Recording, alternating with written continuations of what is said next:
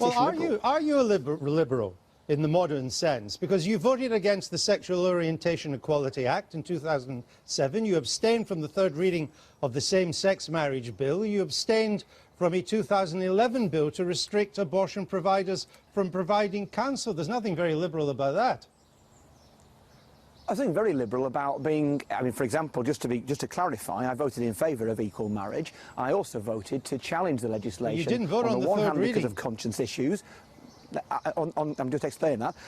On the one hand on conscience issues, and on the other hand because equal marriage was not equal enough. It did not extend properly to people who are transgender. And if liberals can't ask questions like that, then who will?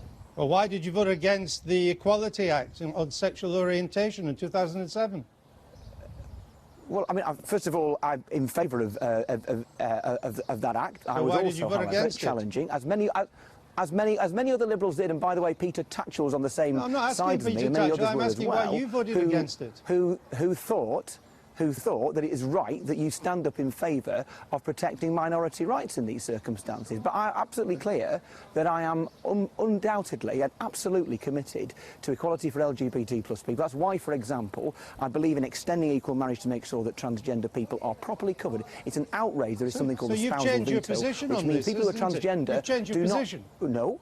If you, Andrew, if you listened at the time, you will know that that was the case I made at the time. That is why I voted the way I did. And I think as liberals, we have to challenge these positions. We have to say, if we want equal marriage, it's not good enough to say we only extend it to people who are lesbian and gay. What about people who are transgender? What about making sure we have real equal marriage? Liberals are there to stand up for the powerless and those people who are least able to speak for themselves. And in that legislation, I felt it did not go far enough. As I say, if liberals can't stand up for those people who are, shall we say, outside, I think you're rewriting history here. In 2007, you weren't saying that you were voting against the Equality Act because it didn't go far enough.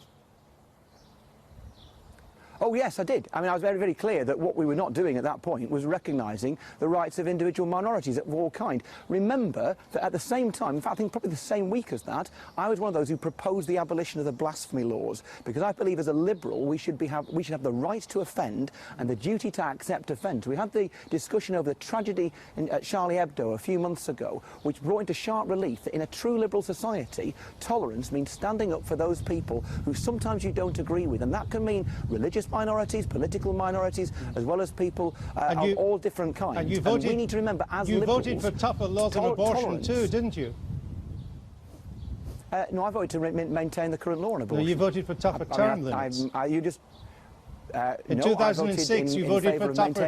In 2006, you voted for tougher term limits on abortion. Andrew, I'm in favour of the current law on abortion, and that's a very clear thing on the record. But in 2006, you voted for tougher term laws on abortion. I'm in favour of the current law on abortion. I mean, it's a peculiar line of questioning, and I think what we need to understand, I think, is that this is a party, a liberal party, that believes in standing up for those people who are the most powerless in our society. Let me ask you one more question. It's about people who are LGBT plus. No, you've made that point. I'm sorry to rush you, but we are very short of time. I just want to ask one more question about your leadership qualities. Paddy Ashdown, serious people in your party. Paddy Ashdown says that judgment is not your strong suit. Vince Cable says you have never had to take difficult decisions and you lack credibility. These are your own people. What do you say? Well, my judgment is the only way back for the Liberal Democrats is to build up from the grassroots and to make sure that we win again. No, but what do you say to them, that you haven't got leadership capabilities? Well, first of all, I mean, I think they're both great men.